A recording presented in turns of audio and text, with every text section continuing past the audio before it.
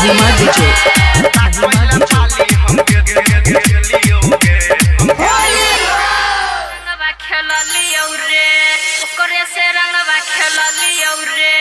होली के दिन में नी पता तू छी ताकैला पाली हम गेलियो गे। होली के दिन में नी पता तू छी ताकैला पाली हम गेलियो गे। फिर नया डीजे वाला साई भेलै ओकरे से रंगवा खेललियो रे। फिर नया डीजे वाला साई भेलै ओकरे से रंगवा खेललियो रे। होली के दिन में नी पता तू छी ताकैला पाली हम गेलियो गे।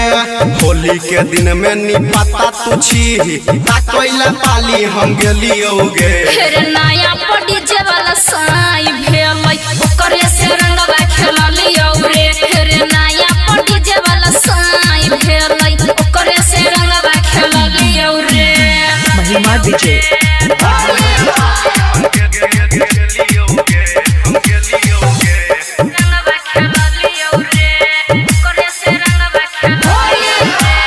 लाजो शरम नहीं लागै छौ तोरा गौवा में भगेलो सोर गे। फिर जे मन हेतै से करबै रे छौरा फाटै छौ कैला तोर रे।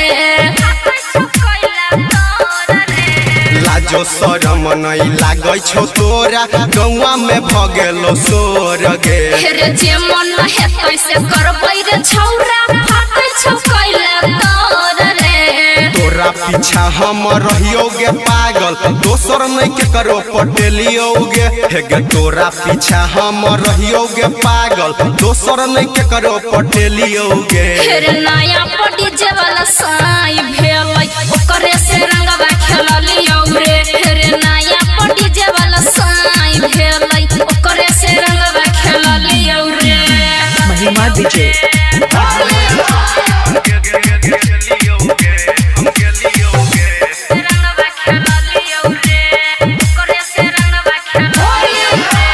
राइटर अभिषेक जानै छौ गोरकी तोहर सबटा खेला गे। फिर सुनै रे रोशना बाते के छोरै करै छै कैला झमेला रे। राइटर अभिषेक जानै छौ गोरकी तोहर सबटा खेला गे। फिर सुनै रे रोशना बाते के छोरै करै छै कैला झमेला रे। भैया के साली खोजत रहै फायदा नहीं ओकर उठेलियो गे। हे गे भैया के साली खोजत रहै फायदा नहीं ओकर उठेलियो गे। फिर नया डीजे वाला